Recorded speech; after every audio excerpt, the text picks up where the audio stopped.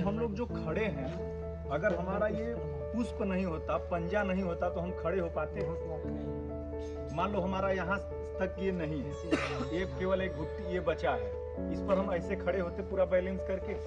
अभी हम मेरा पूरा बैलेंस किस पर बना है? मेरे लेग पर बना है। ऐसे जो लेग है उस पर ना पूरा बैलेंस बना है, हम खड़े हैं। कहीं भी आप काम करने जा रहे हैं वहाँ पर थोड़ा हाउसकीपिंग अच्छे से कर लीजिए काम शुरू करने से पहले, ठीक है। तो शटरिंग का से शुरू करते हैं। शटरिंग का आपका सबसे पहला काम क्या है? शटरिंग का प्लाई मिल गया साइड पे, पहला काम क्या करना है उसका? आपको कॉलम एक बनाना है 750 बाय 1200 का। पहला काम क्या करना है उसमें बताइए, आप लोग मुझे कोई बताइए। कटिंग करेंगे साइज का 12 mm एक्स्ट्रा पकड़ के, जैसे चारों तरफ से सामान बैठे, कहीं से आगे पीछे ना हो। दूसरा चीज क्या करेंगे उसके बाद? पैटर्न लगा देंगे। फिर बोर्ड लगाने से पहले और एक काम क्या करेंगे? क्या होता है, दो कॉलम हम लोग कर रहे हैं, ये जो बीच का जो जॉइंट है वो बहुत वीक है, वो कुछ लोड ले नहीं पाता है, तो हम लोग उसको बचाना है। उसको बचाने के लिए क्या हम लोग शेयर की देते हैं। दोनों लिफ्ट का कंक्रीट जैसे आपस में पकड़ बनाए, हम लोग को कोशिश करना है कि हमेशा कंक्रीट एक बार में करेंगे। अगर 2400 है तो 2400 एक बार में करें, ऐसा नहीं कि 1 मीटर करें फिर अगला दिन 600, अगला दिन 1 मीटर। इस तरह से हम लोग को कोशिश करना है कि ना हो, ठीक है। तो दो जॉइंट के बीच में हम लोग को शेयर की देना है ताकि जॉइंट अच्छे से पकड़े। अच्छा, ऊपर का जब कंक्रीट करने जाएंगे तो वो कंस्ट्रक्शन जॉइंट साफ हो जाए। कभी कभी हम लोग का डेब्रिस गिरा रहता है, कभी आपका शेयर की लकड़ी उसमें फंसा रहता है, वो चीज साफ होने के बाद ही ऊपर का शटरिंग शुरू कीजिएगा, ठीक है। सरिया का काम भी कर रहे हैं आप लोग। सरिया का सबसे पहला है, सरिया में हम लोग जब लेके आते हैं मिट्टी कीचड़ विचड़ लगा रहता है तो उसको पहले साफ करेंगे। पहला चीज तो वो होना नहीं चाहिए। साइड में जब भी रखें बैटन रखें, उसके ऊपर हम लोग सरिया को स्टैक करते हैं। बारिश दिन में आता है कीचड़ विचड़ से कभी भी सरिया का इस्तेमाल मत लगाएंगे। सरिया में कीचड़ रहेगा तो क्या होगा? कॉन्क्रीट नहीं पकड़ेगा सरिया। कॉन्क्रीट जब हम डालेंगे सरिया को पकड़ेगा नहीं। सरिया काम है कॉन्क्रीट को पकड़ के रखना, वो पकड़ेगा नहीं। आपका मिट्टी रह गया कॉन्क्रीट के अंदर, कॉन्क्रीट का भी स्ट्रेंथ कम जाता है। इस चीज का ध्यान रखिए कि जब सरिया लगाने जा रहे हैं साइड पे लेके आ रहे हैं, साफ हो वो चीज। सरिया का इसके बाद डाया तो आपको बता देते हैं साइड के इंजीनियर सुपरवाइजर, कितना डाया का लगाना है, कितना स्पेसिंग का लगाना है, मार्किंग प्रॉपर होना चाहिए आपका, ठीक है। कवर ब्लॉक लगाने के बाद ही आपका बीम डाउन होना चाहिए, ये चीज का प्रॉपर आपको ध्यान रखना है। इसके बाद आपका रिंग जो है, रिंग का फैब्रिकेशन करते हैं आप लोग, बेंडिंग तो करते होंगे साइड पे। बताइए आप कितना है उसका हुक लेंथ बनाते हैं? अभी 8 mm का मेरा रिंग बनाना है, कितना उसका हुक लेंथ रखेंगे आप?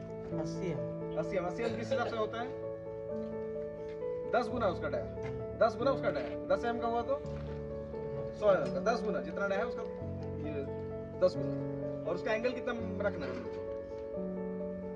एंगल बोलते हैं उसको 135 डिग्री। जैसे हम बेंड करके रखता है ना 135 डिग्री, उसका काम क्या है? 135 डिग्री क्यों करते हैं? ऐसे पकड़ के अंदर रखने के लिए, जब लोड गिरे कॉलम पे, कॉलम खुल ना जाए। अब अगर सीधा रखेंगे यही वाला कॉलम आपको खुल जाएगा जब लोड पड़ेगा, जब हेवी लोड पड़ेगा, हवा का विंड का लोड पड़ेगा, तो डेड वेट लोड पड़ेगा तो खुल जाएगा।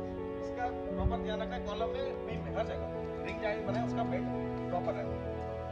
इसके बाद आप बाइंडिंग जो करते हैं, बाइंडिंग किस तरह से करते हैं? एक हुक बांधते हैं, 2 बार करके करते हैं बाइंडिंग। जो 2 सरिया में बाइंडिंग जो करते हैं, कितना बार उसको राउंड करके करते हैं? 5 बार राउंड ऐसे बांधते हैं इसको, ऐसे बांधा तो कैसे बांधता है? ऐसे सिंगल बांधते हैं ना, ऐसे घुमा के जैसे रिंग बांधते हैं ना हम लोग। क्या आप लोग सबको दिखाई दे रहा है? 4 देखो 3 तरह का है यहाँ पर, ठीक है। 3 तरह का यहाँ पर बांधा गया, ये 2 सरिया है, 3 तरह का बांधा गया, ठीक है। एक ऊपर से लेके नीचे तक बांधा गया है, एक सिंगल नॉट बांधा गया है, एक डबल नॉट बांधा गया है। हम लोग को कोशिश करना है कि ये नहीं हो, ये बहुत वीक है, ये कभी भी निकल सकता है। वाइब्रेटर मारा, बाइंडिंग और छूट गया, 2 सरिया बैठ भी सकता है, गिर भी सकता है। कोशिश करना है कम से कम ये, ठीक है, कम से कम इतना का हम लोग को बाइंडिंग करना है। और इससे अच्छा अगर ये कर सकते तो और अच्छा है, ठीक है, पर कम से कम ये दो हुक हम लोग को करना ही। इस साइड वाला ज्यादा होगा, इस साइड वाला ज्यादा होता है और ये उससे भी बेहतर है, पर हम लोग करता नहीं, इसमें ज्यादा हम लोग को नुकसान है। इसमें हम लोग मिनिमम वो पकड़ के रखता है, निकलेगा नहीं आपका वाइब्रेटर जब भी मारेंगे। और आपका जो बाइंडिंग वायर है उसका मोटाई होता है, ठीक है, 18 गेज का मोटाई होता है, वो चीज याद रखिएगा। कहीं भी काम करने कितना गेज का बाइंडिंग वायर लगाते हैं, ठीक है। जैसे हम लोग सेंटीमीटर होता है ना, मिलीमीटर होता है, टेप में मापते हैं, गेज भी वैसे एक माप होता है। तो हम लोग 18 गेज का बाइंडिंग वायर हर जगह इस्तेमाल करते हैं, ये चीज ध्यान रखिए। कोई पूछ सकता है कहीं भी काम करने जाएंगे कितना का बाइंडिंग वायर लगाए थे वहां पर? 18 गेज का, ठीक है।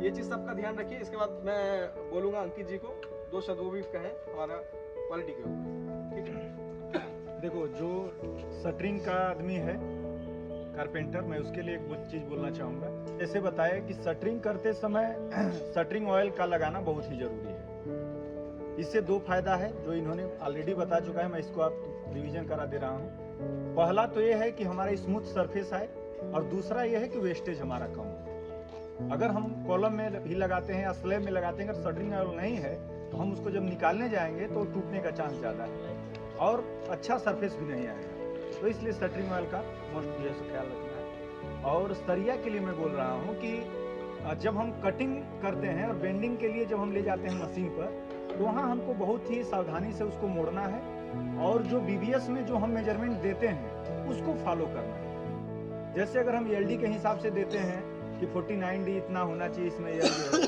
तो उसको प्रॉपर आपको भी चेक करना है एक बार कि क्या ये LD के हिसाब से हो रहा है कि नहीं हो रहा है। बहुत बार हम मिस कर देते हैं। कॉमन है कि 300 का यल दे दो, 250 का यल दे दो, तो ये चीज़ नहीं होना चाहिए। अगर LD डेवलपमेंट लेंथ अगर मेंशन है तो LD के हिसाब से हमको करना है। आप लोग को पता है ना LD के हिसाब से कैसे जाता है। अगर वो यल 300 से कम है तो 300 से कम यल नहीं देना है। अगर कोई कॉलम मेरा बड़ा है और LD अगर सपोज करो 1 मीटर पहुंच गया, तो उसमें यल अगर 100 mm आ रहा है तो यल 300 mm से कम नहीं होना चाहिए। क्लियर है कि हम लोग जो खड़े हैं, अगर हमारा ये पुष्प नहीं होता, पंजा नहीं होता, तो हम खड़े हो पाते हैं। मान लो हमारा यहाँ तक ये नहीं है, ये केवल एक घुट्टी ये बचा है, इस पर हम ऐसे खड़े होते पूरा बैलेंस करके। अभी हम मेरा पूरा बैलेंस किस पर बना है? मेरे लेग पर बना है। ऐसे जो लेग है उस पर ना पूरा बैलेंस बना है, हम खड़े हैं। उसी तरह कॉलम हो, बीम हो, उसका एल का उतना ही इम्पोर्टेंस है।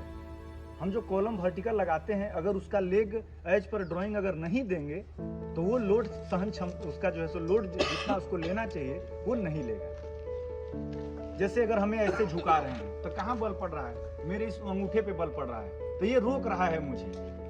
आप मुझे इधर झुका रहे हैं तो एड़ी पर बल पड़ रहा है, तो ये मुझे रोक रहा है। लेकिन जब प्लेन हम खड़े रहेंगे तो हम आपको ऐसे करेंगे हम गिर जाएंगे, ऐसे करेंगे हम गिर जाएंगे, ऐसे करेंगे हम गिर जाएंगे। हम जब बिल्डिंग का डिजाइन करते हैं तो उसमें हम लोग भूकंप आएगा उसको भी सोच के हम लोग डिजाइन करते हैं। ऐसा तो नहीं कि कभी भूकंप नहीं आएगा, कभी बिल्डिंग हिलेगी नहीं। तो उस टाइम क्या काम आएगा? यही लेग काम आएगा, बिल्डिंग को कहीं जाने नहीं देगा। फाउंडेशन काम आएगा।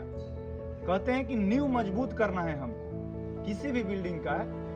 जैसे कि G+2, G+6, G+10 आप सुने होंगे। ये क्यों G+10 का फाउंडेशन और G+2 का फाउंडेशन में बहुत का डिफरेंस होता है। फुटिंग का टाइप कितना होता है? मेनी टाइप्स ऑफ फुटिंग होता है। आइसोलेटेड फुटिंग होता है, मैट ड्राफ्ट होता है, कंबाइंड ड्राफ्ट होता है। आप लोग भी किए हैं। देखेंगे जो छोटा बिल्डिंग होता है उसमें आइसोलेटेड फुटिंग देगा, 1200 बाई 1200 का दे दिया, 1400 बाई 1400 का दे दिया। क्यों दिया? क्योंकि उस पर लोड कम है। लेकिन जो हैवी स्ट्रक्चर है उसमें जो है आपको पूरा राफ्ट देगा, फुल आपको राफ्ट बांधना है। उसके बाद उसमें कॉलम निकालते हैं, कंबाइंड राफ्ट देगा। जो थोड़ा मीडियम है उसमें मैट राफ्ट देगा। तो वो क्या कर रहा है? वो पांव का काम कर रहा है। आपका पांव जब जमीन से एकदम मजबूती के साथ है तभी आप खड़े हो पा रहे हैं। आपको इधर उधर झुक रहे हैं तो आपको बैलेंस हो बना रहा है। तो एल में कभी भी कॉम्प्रोमाइज मत कीजिए। कभी भी जो हम लोग बहुत बार ऐसा पाया जाता है, एल रहना चाहिए 450, हम 300 कर दिए, सर गलती हो गया, 150 छूट गया। ऐसा बिल्कुल नहीं करना है। LD का खास तौर से ध्यान देना है जो मैं आपको पहले बताया, और एल में कॉम्प्रोमाइज नहीं करना। एल का तो आपको क्लियर हो गया, ठीक है। तो ये जो चीज़ सब बोल रहे हैं जिसको ध्यान रखिए, आपके साथ जो काम कर रहे हैं उनको भी थोड़ा बताइए। हाँ, ये जो गलती करें ये गलती मत करो, ये चीज़ सही नहीं है, इसकी वजह से ये दिक्कत आ सकती है। ये नहीं, ये सप्ताह नहीं, साल भर ये चीज़ आपको जैसे दिमाग में। ठीक है, धन्यवाद सभी को आने के लिए।